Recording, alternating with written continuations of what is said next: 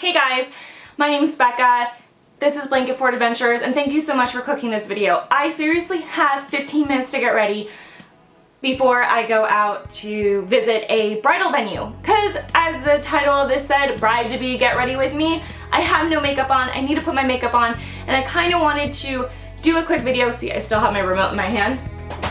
I wanted to do a video real quick kind of explaining who I am, who my fiance is, and kind of let this be the first of my bride-to-be bridal journey videos. So let's just get right into it of me starting to put on my makeup. This is my everyday beauty look. This is my everyday beauty look. I am seriously blind without my glasses. And I do not claim to be a beauty guru whatsoever, because I just kind of use what I like for me, what works for me, and I kind of spend at the most like 15 minutes on my makeup. I try to go like as fast as possible. Sometimes I have fun with it, but most of the time this is kind of what I do. I use a lot of Tarte cosmetics. Okay, so I have no idea why I'm like talking about the makeup and not what I was actually doing this video for. So, who am I? My name is Becca, and if you've watched any of my other videos, I'm all about art and exploring and taking each day at a time and appreciating the little things in life. And so I'm a really creative person. I'm actually a writer. I have written a young adult book who I'm currently trying to pitch to agents, and I wrote it with my sister, and I'm gonna do a whole separate video on the book. But anyways, this does tie into my fiance and I, whose name is Dan, but I call him Bowerbird because when we were first dating, I was kind of getting into doing YouTube videos. And I had already been blogging, but I knew I wanted to get more into YouTube. So I asked him if it was okay if I included him in it. And he said it was okay if I included him, but he didn't want his name mentioned. So I used a nickname he had when he was like in his early 20s called Bowerbird. And it sort of just stuck, but now he doesn't even care. And I always get like really torn on calling him Bowerbird or Dan. So the names are interchangeable. It's just kind of like whatever comes to mind. So Dan and I met in, I believe, 2013, but no, like 2012. Was it 2012 or 2013? Well, it's 2016 now, and we're going on, like right now we're in 3.5 years. And yeah, I actually do think, yeah, no, we met in 2012. We started dating in 2012, and I initially saw him at a show he was playing because my HR person actually set us up. She knew him. She knew I was online dating very passively. Like, I was not really looking for anyone because I was talking to someone in San Francisco. It was just kind of like just passive flirting. But anyways, I went and I was telling my coworker how I really hated small talk and all that kind of stuff, and she wanted to know who I was talking to. So I showed her a picture of the guy I was talking to, and she's like, I have the perfect guy for you. And it happened to be Dan. So she tells me that she's going to kind of do a covert setup of the next time he has a show, bring me to it. Don't tell him because he'll like clam up if he knew it was a setup, and like just show up. So actually that day, my work decided to have a super late night meeting. I know, very, very annoying. So my coworker and I are seriously like trapped in this meeting. For some reason this is coming off like really pink. It's never this pink. So anyways, so my coworker and I are in this meeting. We're both kind of staring at our watches to see when we can leave because we didn't want to miss Dan's band playing. Well, we end up getting out of the meeting. I rush over to Spaceland, which is a music venue on the east side of Los Angeles, in like Silver Lake area. So I go to Spaceland and I seriously catch the last song of their set. Whew, that was a little too much. I think I have a little too much going on here. I will be blending. So I end up going and seeing their set, like the last song of their set, and I see Dan on stage, and I immediately I got that pull that you feel when you see someone, or it's that unexplainable spark between two people, and I totally felt it. Like, I felt a pull when I saw him. So that was my first kind of, woo, there's something here. But he had the ugliest shoes on. Now, I don't know if you ladies like go and judge men on shoes, but I know that I kind of do. I mean, I know it's so shallow. Just so you guys know, I am buffing this bronzer out right now. It's so shallow, but it's, I don't know. It just says bad shoes can be a turn off sometimes. So anyways, I go to see, yeah, bad shoes can be a turn off. So basically, I just instantly, I'm super attracted to him. I think he's the most handsome guy ever, and we talk the entire night. I tell him about how I'm reading books, how I'm listening to The Invisible Man on books on tape in my car. I showed him this like art project I was working on. I'm a giant dork, okay? Like, I do not have the like womanly wiles or whatever you want to call that, where crap on a stick. Oops. Like, I don't feel that I have womanly wiles where I just know how to giggle and talk about something cool or like whatever. I talk about books on tape and the art project I was working on. That's what I do. But since he was a musician, he was totally into it because he is an intellectual, and he just sort of thought it was adorable that I listened to books on tape and that I had my own little art project going on, and he was really interested in what I was creating, and it was really, really sweet. So anyways, the beginning of our love story is pretty darn complicated because we did not start immediately dating after that first encounter, which was March 13th, 2012. So later this month will definitely be 4 years of us knowing each other, but not necessarily 4 years of us dating. We didn't start officially dating until June of 2012. June 10th to be exact. But what's it called?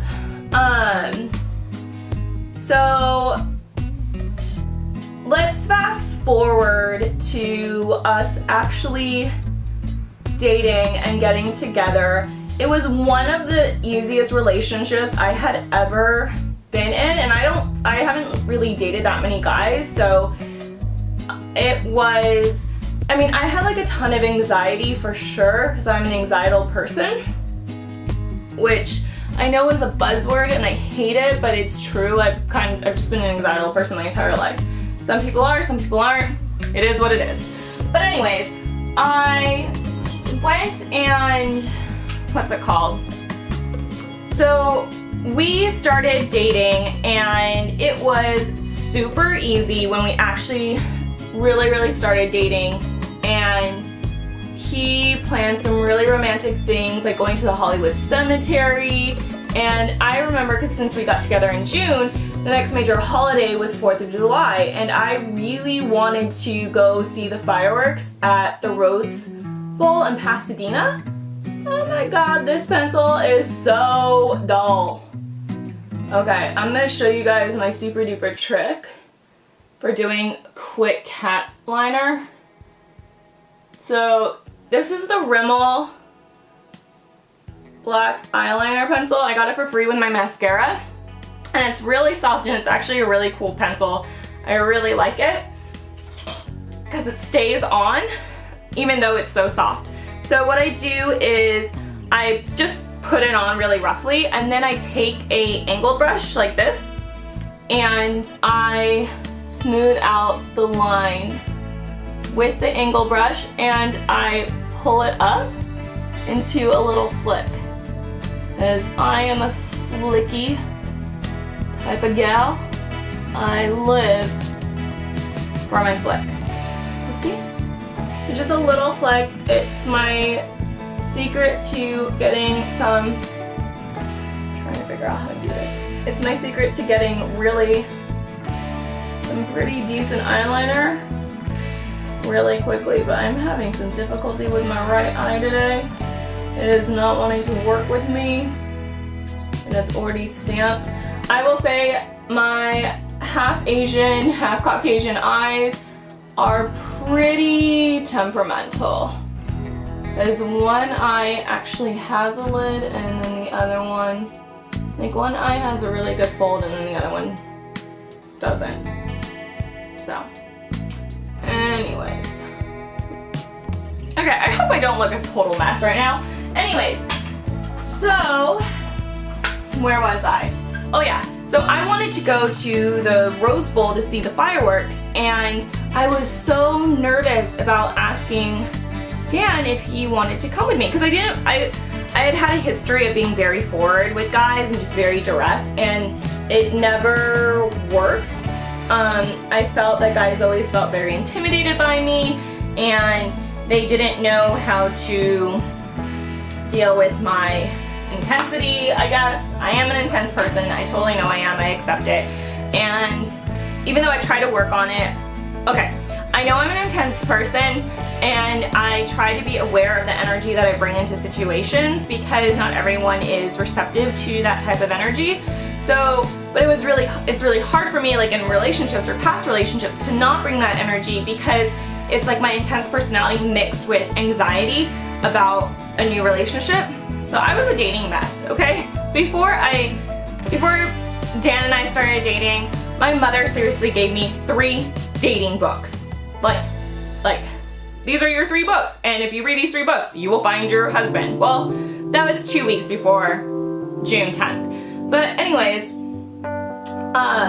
so I asked Bowerbird if he wanted to come with me, and he said yes, and he was like totally into it, totally excited. And I had just thought that we were gonna tailgate and watch the fireworks from the outside of the Rose Bowl, but he had surprised me with tickets to go inside the Rose Bowl, and I thought that was so sweet and thoughtful, and it just made me fall even harder for him. I also made us a picnic for that date. If I actually can find a picture, I'll insert it somewhere around here.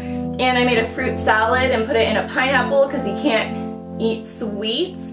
So I made that for our dessert, and I just made us a total picnic for before, and then he had surprised me with tickets to go inside the Rose Bowl, and it was super, super sweet. So that night, actually, and this is where it's funny, because I think both Dan and I kind of fell in love with each other, or just knew there was something extra special here on that 4th of July, because after the fireworks show, there was a he was running out of gas in his car, and there was a ton of traffic, so we pulled off into this neighborhood, and there was this party going on, and he's like, hey, let's crash it. And I said, okay. I thought he was like a professional party crasher. No, this was the first time he crashed a party, and this was the first time I crashed a party, and it was a total mansion party, and we crashed it. And we were like super nice, and everyone there was really nice, and like when we got found out, we were basically like, hey, we're just waiting for traffic to die down, we're not here to take your booze. Because that's what people really care about. They just don't want you to take their booze. So, everyone was really nice, and we ended up going back to his place, and the next morning, I woke up with the worst hangover ever. Like, so bad that I could not move, I could not leave. I had to call out of work, which, whatever, like, what job makes you work the day after 4th of July? Those people are just rude. They're just rude. So, anyways, I went and Oh, I should have used some translucent powder on that eyeliner. It's stamped really, really bad. Does anyone else have eyeliner stamping issues? Because that's what I have. I have really bad stamping issues. So anyways, Bowerbird totally took care of me. He bought me Gatorade, he bought me chicken soup, I slept in his bed all day and he took care of me while he was working on music, and that was the day he fell in love with me. I kid you not. He even says that, like, he thought I was so adorable and sweet in my, like, sick, hungover state that he just knew I was something extra special for the sheer fact he wasn't annoyed by, like, taking care of my hungover butt. So, 4th of July 2012 is when Dan and I fell in love. Fast forward to 2015, we got engaged on October 15th, 2015, and we're gonna get married October 14th, 2017. But anyways, my makeup is done. This is seriously all I wear. Like, this is just it. I know I have a stamp issue right here, which, seriously, ladies that are more makeup inclined than me, if you have a trick for how to handle this little stamping issue, I would be greatly appreciative, because it's just annoying. It really is. But alright, I'm just gonna put on some lips.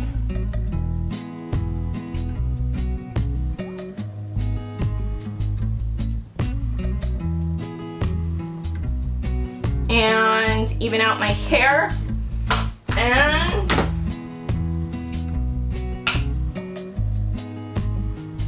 just need some more bay for some texture. And putting on the glasses, and there I am. Alright, well, I have to get to the wedding venue at this point and hop into my car, but I hope you enjoyed finding out a little bit about Dan and I and our love story and watching this get ready with me, and I will see you in my next video and in my next bridal vlog. Alright, bye! When life is prickly, it's better to focus on the little things, like a really awesome cacti garden.